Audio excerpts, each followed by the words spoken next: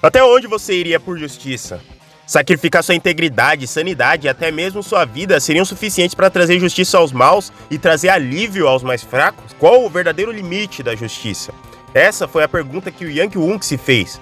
O chamado herói encarnado tomou para si o fardo de punir todo o mal que se esconde nas sombras, tudo isso através de uma habilidade de combate refinada e um físico inabalável. Para ele, estava bem claro que a justiça não possui qualquer limites quando se trata de punir vilões e proteger os mais vulneráveis. Uma filosofia que a princípio parece ser um tanto quanto altruísta e recheada de boas intenções, mas que levaram o nosso herói a um fim mais do que trágico, em um dos piores lugares para se estar no mundo. O túnel é uma das, se não a zona mais excêntrica e perigosa do verso de Fight Class, destoando por completo da vibe escolar e de certa forma mais alegre que vemos no colégio de Nan-il no início da obra. Em uma comparação justa a outra obra de artes marciais, o túnel tá para Fight Class 3, como o interior tá para Kengan Omega e Kengan Ashura. Apesar das diferenças notáveis, seja em escopo ou em relação ao surgimento das mesmas, é inegável que ambas compartilham muitas semelhanças, e nos faz até mesmo questionar qual dos dois é o pior lugar para se viver ou para se estar. Essa é uma velha história. Mas acredite, até mesmo esse lugar já teve os seus dias de glória. O calor das fábricas, os sons de animação, pessoas cheias de vida, músicas a respeito de esperança e sonhos e um sol que parecia nunca se pôr. Ninguém podia sequer imaginar a iminente queda que estava por vir. Um país por inteiro endividado, companhias quebradas e destruídas, e pessoas morrendo por aí. Em meio a toda aquela crise bancária, ninguém sequer se lembrou desse lugar remoto e abandonado. Foi aí que os adultos, pouco a pouco, um por um, foram deixando o túnel, em busca de novas oportunidades em outros lugares. E quando todos os trabalhadores, todos os ex-funcionários das fábricas foram embora, a única coisa que restou foram crianças que sequer existiam no papel. Foi assim que a gente começou. E em um pedaço de terra completamente esquecido e abandonado como aquele, era mais que natural que facções e grupos de todo tipo se formassem. E se existe uma certeza em um lugar como esses, é que a força, e apenas a força, é o que prevalece. O mais forte preda o mais fraco, como em uma selva, seja em um eventual conflito entre as ditas facções ou até mesmo nas infames batalhas de vida ou morte na arena. É fácil dizer que ninguém, absolutamente ninguém com sanidade, pensaria em entrar em um lugar como esse, por vontade própria. Mas tem algo que os protagonistas de Fight Class não possuem, é sanidade. E dizer que existe um lugar isento de leis ou regras reais, onde tudo é resolvido na porrada, em lutas de vida ou morte, pra gente como Jujita e a Maria é o mesmo que oferecer doce pra uma criança. Seja lá qual era a real intenção dos dois ao entrar no túnel, desde conseguir alguma coisa específica até só sair no soco com o pessoal, fica nítido que na cabeça dos dois, e principalmente na cabeça do Jitai, que por incrível que pareça é mais alucinado do que a Maria, não teria ninguém ali que poderia de fato apresentar um perigo real para esses dois. Isso até eles adentrarem no túnel de corpos. E é nesse momento que o destino da lutadora mais forte do Brasil e da Coreia, do aluno mais insano do colégio e do herói caído se cruzam, na que não só é a luta mais assustadora de Fight Class ao ponto de parecer nesse momento uma obra de terror e não de ação, como uma das lutas mais aterrorizantes de todas as obras de artes marciais. E é sobre essa luta, seus significados e traumas que vamos falar hoje. Sobre como a luta no túnel de cadáveres destruiu o Jitai, a Maria e principalmente o herói encarnado.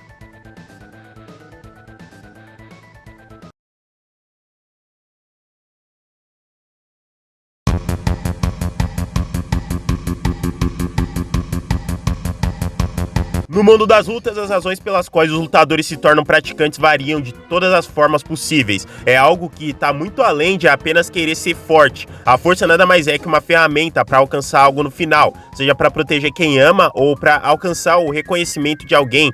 Todos têm seus motivos para lutar. E na escola de Nan-il não seria diferente. Porém, dentre todos os motivos para lutar com toda certeza ser um herói, não é o caminho aconselhável. No capítulo 24 do manhwa, um dos lutadores mais interessantes faz sua primeira aparição. Enquanto a Taeyang, o Xiamin e o Gi Paran almoçavam em um restaurante, eles acabam por encontrar dois velhos conhecidos do Paran, Kim Hye-ri e Yang Yong. Esse casal eram velhos amigos do Paran, mas mais importante que isso, o Yang Wung também é um lutador da escola e um excelente, diga-se de passagem. Tem alguma coisa de especial nele. Quando eu conheci o Yang Wung pela primeira vez, eu pensei que ele fosse um cara inocente. Foi quando no terceiro ano ele de repente espancou todos os outros alunos. Ele parecia estar sedento por sangue. Depois disso, o pessoal da sala não podia nem sequer ir no banheiro sem autorização dele. Se um aluno respondesse o professor, ele sumia no dia seguinte. Ele era alguém correto que fazia todo mundo andar na linha. É discutível se fazer isso através de violência é aceitável, mas o resultado foi que todo mundo, sejam professores ou estudantes, finalmente tiveram um pouco de paz.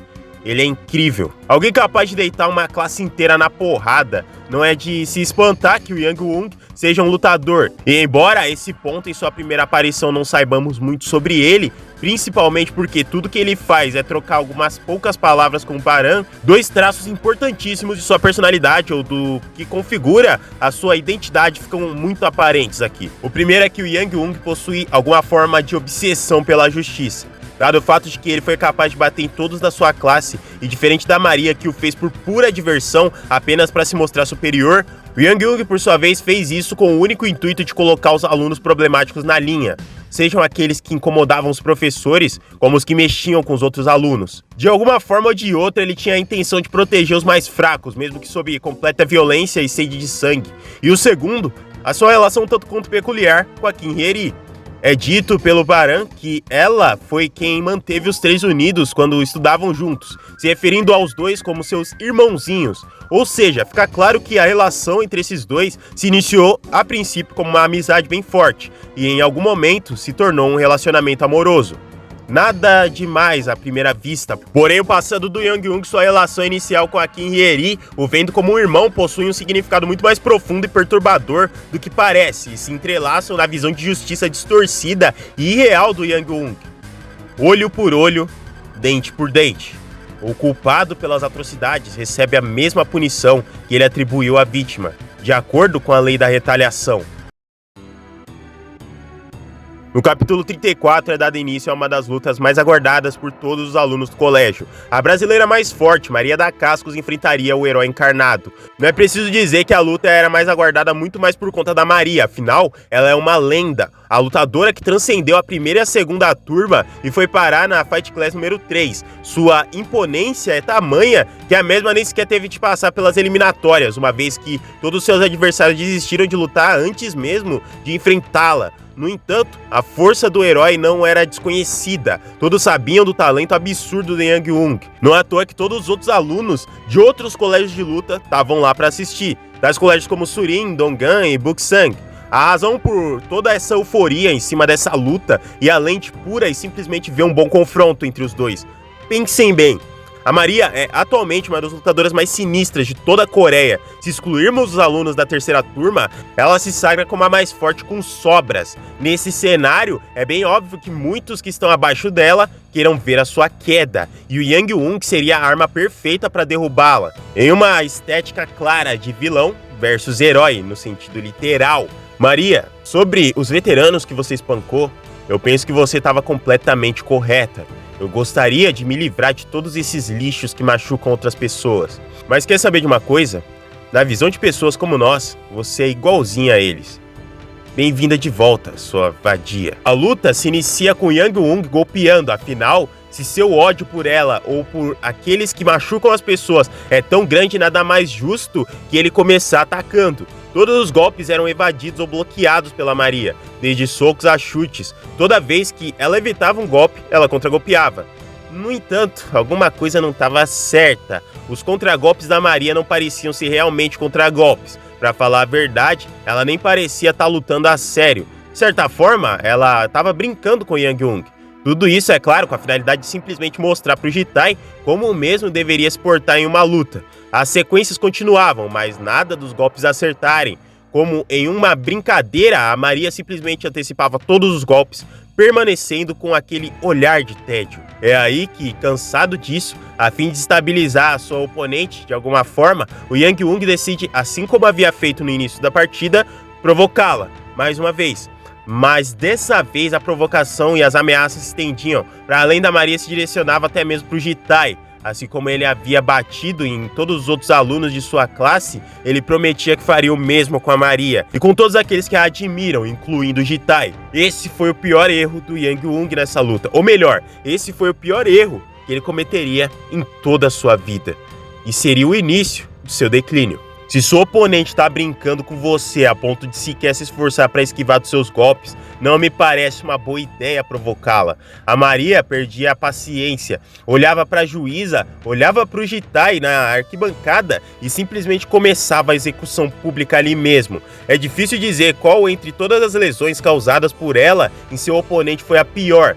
Desde maxilar quebrado com um soco, orbital fraturada por uma joelhada voadora, cervical fraturada por uma cotovelada vinda de cima para baixo, nariz quebrado por um soco direto até o braço quebrado por uma chave de braço. Se a intenção do Yang Wung era trazer justiça, se a intenção dele era usar sua força para isso, se a sua intenção era eliminar, como ele mesmo diz, lixos iguais a Maria, ali a sua missão de vida não só havia falhado, como seu espírito fora completamente destruído. A Maria só não matou ele porque impediram, do contrário, era questão de tempo para que ele sequer pudesse continuar vivendo. E um fator extremamente importante é que nessa luta, a sua namorada estava assistindo tudo.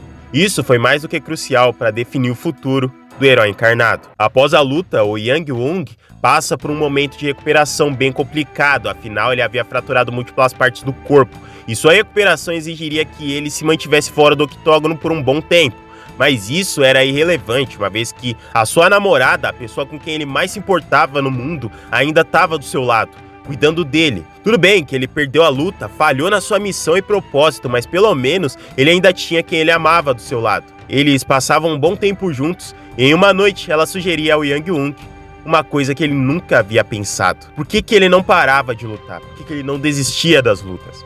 Ela ressaltava que ele já lutava há muito tempo e seria saudável tentar outro esporte. Ele questionava se isso era porque ele tinha perdido, quando na realidade ia muito além disso. No final das contas, o real medo da Kim Hye-ri era de que ele se machucasse daquela forma novamente, ou pior, até mesmo perdesse sua vida. Ele tentava mudar de assunto, falava que não se machucaria novamente, mas ela insistia, e em um instante, o que era uma simples conversa se tornava uma discussão, e em pouco tempo aquele casal super unido que estava feliz junto, estavam simplesmente terminando um com o outro. Com a última palavra da Hye-ri pro Yang Wung sendo simplesmente de que ela tinha medo. Medo de que ele se tornasse igual àqueles que ele tentava combater. Ele morreu. Eu disse que meu irmão tá morto. Ele foi vítima de bullying na escola já fazem 2 anos. Dá uma olhada nisso daqui. Campanha de erradicação da violência nas escolas. Mas que grande piada. Eles realmente pensam que isso funciona? Fazem isso porque não são as crianças deles. Como eles ousam ter coragem de colocar algo tão estúpido como isso aqui? Os pais daqueles que praticam o bullying também são parte do problema. Eu quero que todos eles apanhem até a morte, assim como meu irmão morreu. A filosofia de vida do Yang Wung, suas razões para se tornar um lutador e principalmente a sua paixão pela Hye-ri se consumaram ainda muito cedo, na sua infância. Abandonado pelo pai ainda muito novo, ele nunca teve nada e nem ninguém que o amasse ou se importasse com ele. Porém, ao entrar na escola, ele conheceu alguém. Esse alguém era a Kim Hye-ri. Pela primeira vez, alguém demonstrava algum afeto por ele. A Hye-ri não só dava atenção para ele, como ela dizia que ele era como um irmão para ela. Não demorou muito para que ele se apaixonasse pela garota e só quisesse ficar perto dela. Porém, ele descobriria mais tarde que parte do motivo dela gostar tanto dele, e principalmente referir-se a ele como um irmão, se dava pelo trauma que a Hye-ri tinha. Ela havia perdido seu irmão 2 anos antes de conhecer o Yang Wung. O garoto, vítima de bullying, foi espancado por um de seus colegas de classe, morrendo 3 dias após ser hospitalizado. Desde então, o Yang Wung prometeu que jamais sairia do lado da Hye-ri, e ele supriria, ou pelo menos tentaria suprimir, o vazio e a tristeza dela. Se ele já sentia uma certa antipatia pelos adultos, pelo que o seu pai fez com ele, agora sua ira só aumentava ao saber o destino que o assassino do irmão da sua amada teve. Ele não foi preso e muito menos teve sua vida alterada por completo. Sua única punição foi ser expulso da escola onde estudava, além de pagar 3 milhões de wons como indenização para a família da vítima. Nada na vida dele e de seus pais foi realmente alterado, ao passo que a Hyeri e seus pais viveriam para sempre com aquele trauma irreparável. E foi nesse momento que a ideologia de Yang Wung passou a florescer. Na sua mente, os adultos não passavam de incompetentes, parte de um sistema falido e ultrapassado, onde as vítimas eram punidas e os vilões eram recompensados. Ninguém recompensa as vítimas pelo seu sofrimento. Se más intenções pudessem ser separadas de meros acidentes, então ninguém guardaria rancor. Ame seus inimigos. O perdão é a maior vingança? Quanta besteira! Como alguém pode dizer uma coisa dessas? Aqueles que dizem esse tipo de idiotice deveriam ter seus parentes, irmãos, amantes e seus filhos feitos em pedaços na sua frente. Gostaria de ver eles falando sobre amor e perdão se vissem aqueles que amam retalhados. Não vou aceitar isso. A verdadeira paz de espírito só pode ser alcançada após a vingança. Foi a partir desse dia que o Yang Wung começou a treinar, única e exclusivamente para cumprir o seu propósito em erradicar aqueles que fazem parte desse sistema injusto, onde as vítimas e os mais fracos são punidos a troco de nada. Se a Hyeri rezava todas as noites em busca de que o assassino de seu irmão fosse punido, então ele seria aquele que atenderia a essas orações. Após fortalecer e se tornar verdadeiramente forte, ele encontrou ele, o garoto que havia matado o irmão da Hyeri. Como se já não bastasse ele ter se safado de um crime envolvendo bullying, após anos ele não havia mudado nada. Ele ainda era o mesmo Bully de anos atrás. E isso era só mais uma razão para o Yang Wung cumprir com sua vingança. Ele então bateu naquele garoto até ele não aguentar mais, o arrastou para uma área abandonada e fez questão de recitar todos os crimes do mesmo, evidenciando a razão daquilo estar acontecendo. O garoto implorava por piedade, mas para o Yang Wung, piedade não passava de uma palavra vazia. Não há um modo de devolver para Hyeri e para os pais dela o filho que eles perderam. Não há um modo de pagar a Hyeri pelos dias que ela passou chorando e orando, e mesmo se houvesse uma forma de pagar por isso, no fim não seria o suficiente. É por isso que ele não teria perdão, ele devolveria na mesma moeda conforme a lei da retaliação. Se o garoto havia tirado daquela família o seu amado filho, ele também tiraria da família daquele garoto o filho deles. Olho por olho, dente por dente. Ao acabar com tudo, ele ressaltava que muitos dizem que a vingança apenas nos deixa mais vazios. Mas isso, na sua visão, era uma mentira repetida por pessoas que amam sinalizar virtude. Ele finalmente se sentia completo. E se isso era uma verdade para ele, ao ver a notícia da morte do assassino do seu irmão na TV, isso também se tornava uma verdade para Hyeri. E ela finalmente estava satisfeita por tudo.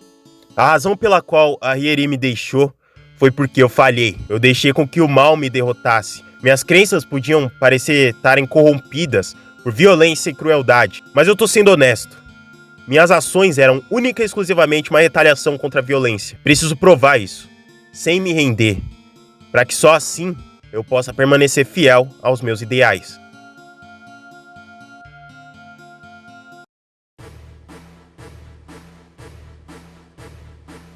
No capítulo 74, nós temos o primeiro vislumbre do lado mais sombrio do verso de Fight Class. Após o time skip, nós finalmente vemos o nosso protagonista Jiu-Jitsu completamente mudado. E junto da Maria, esses dois insanos decidem adentrar na área mais perigosa de toda a Coreia, o túnel.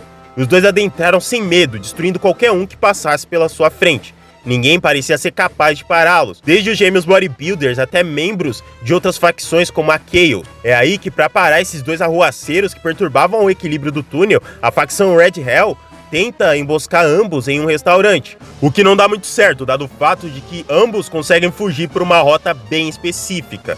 No entanto, se os dois estavam atropelando qualquer um que passasse pelo caminho deles, seria a partir do momento que eles adentrassem no túnel de corpos que a coisa mudaria de figura. Túnel de corpos, esse lugar não tem esse nome à toa. Um túnel completamente desprovido de qualquer iluminação e com um odor insuportável.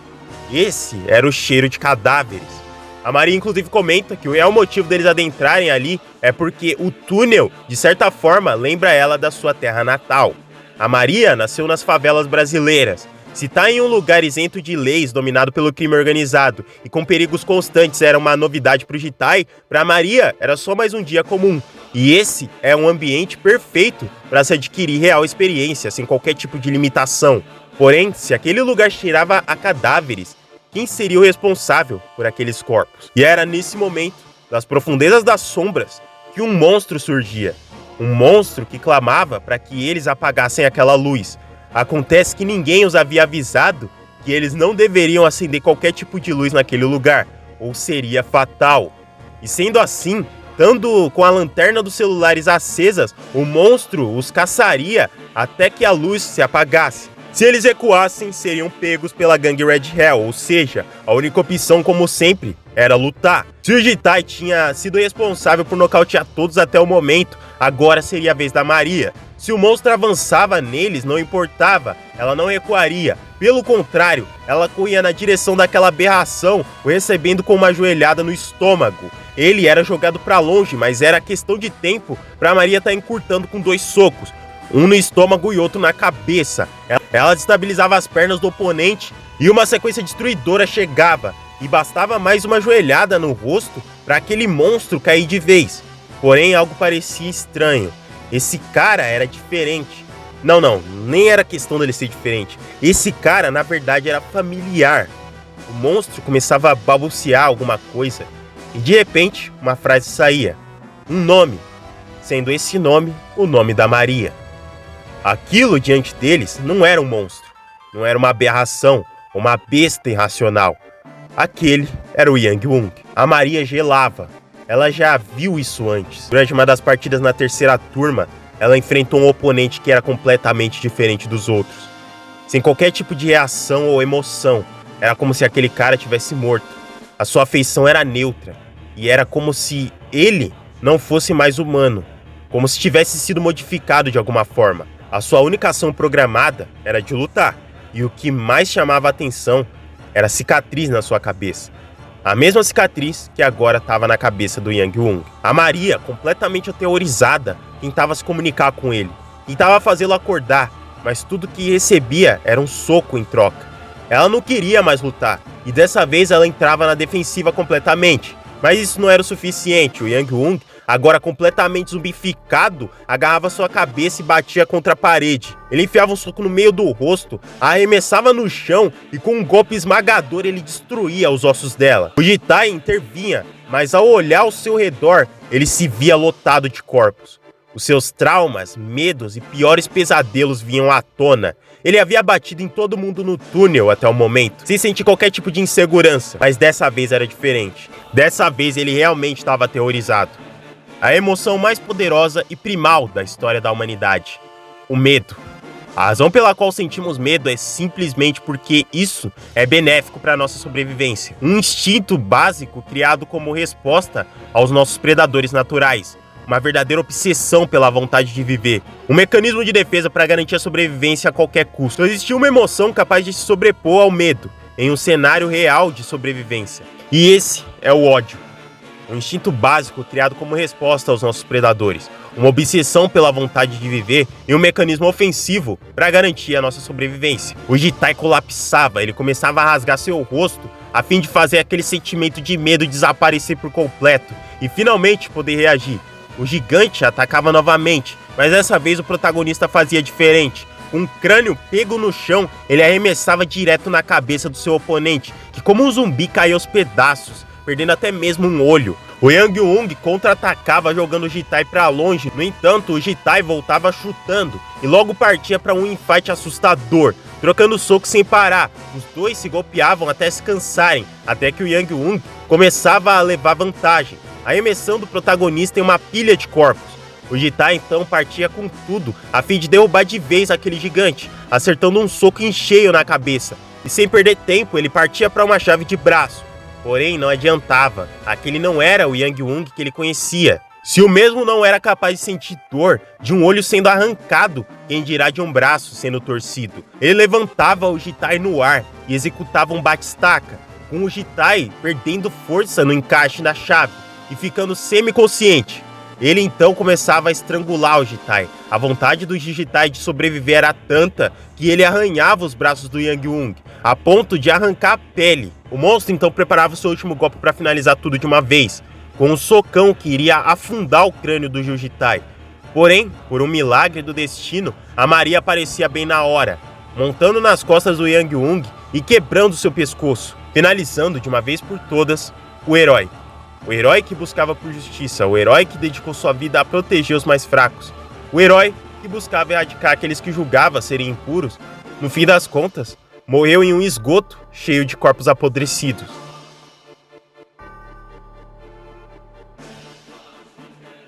O que eu tava tentando provar? O que eu vou fazer se eu tiver errado? Pensando bem sobre o cara que matou o assassino do seu irmão, ela nunca se importou. É como se ele não tivesse nada a ver com ela.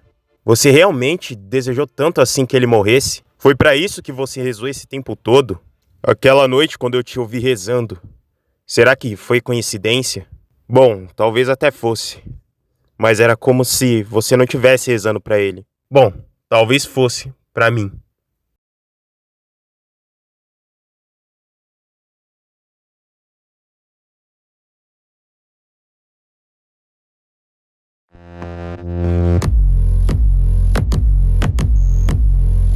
Esse foi o vídeo, muito obrigado a todo mundo que assistiu até aqui. Se você gostou, deixa o seu like e se inscreve aí no canal. Um videozinho aqui um pouco mais simples sobre o Yang Hung. Eu já tinha feito 2 vídeos de Fight Class e muitas das partes desse vídeo aqui estão nos outros 2 vídeos, né? Várias lutas aqui que eu abordei e várias questões aqui que eu pontuei estão nos outros 2 vídeos. Então esse vídeo aqui, no final das contas, foi mais um resumo para eu contar um pouco da história desse personagem aqui, que eu acho muito interessante. Eu gosto muito da jornada dele e principalmente do final trágico dela, né? Ele serve para mostrar bem a guinada que Fight Class tem da primeira metade do manhwa pra frente, porque na primeira metade a gente tem ali um ambiente que, embora seja hostil, é uma questão muito mais ali escolar, né? A gente tem ali o Jitai convivendo no colégio com os colegas dele. Embora eles sejam todos lutadores e estejam ali competindo entre si, é mais uma questão esportiva de fato, né? Não tem nada tão pesado assim. Mas aqui nessa segunda parte é onde as coisas começam a ficar bem pesadas. Tanto na questão das lutas, que ficam muito mais violentas, quanto nos temas que eles começam a tocar. O próprio túnel e todos os personagens envolvidos ali, eles têm umas questões bem profundas que não daria pra abordar na primeira parte do manhwa. E a própria questão do Yang Hung mostra isso. Eles pegam um personagem que aparece ainda nessa primeira parte e trazem ele aqui nessa segunda parte como um monstro, como alguém que se perdeu nesse caminho de justiça e que acabou sendo usado como cobaia em um experimento, tendo sua vida e sua carreira completamente destruída. E principalmente a sua relação com sua namorada, dado o fato que ela até hoje não sabe o que aconteceu com ele. Mas enfim, é isso. Eu vou ficando por aqui. Valeu e falou!